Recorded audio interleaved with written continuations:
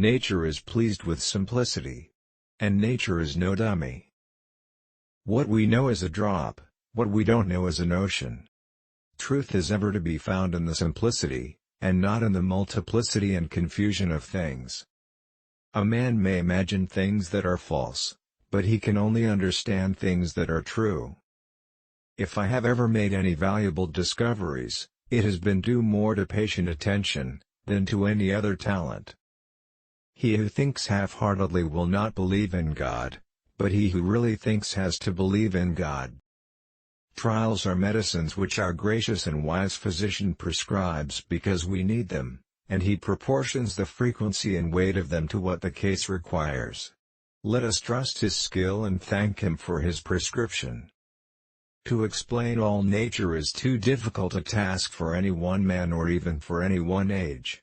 'Tis much better to do a little with certainty and leave the rest for others that come after than to explain all things by conjecture without making sure of anything. About the times of the end, a body of men will be raised up who will turn their attention to the prophecies, and insist upon their literal interpretation, in the midst of much clamor and opposition.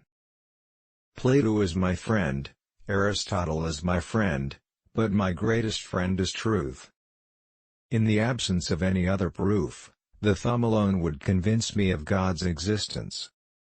This principle of nature being very remote from the conceptions of philosophers, I forbore to describe it in that book, lest I should be accounted an extravagant freak and so prejudice my readers against all those things which were the main design of the book.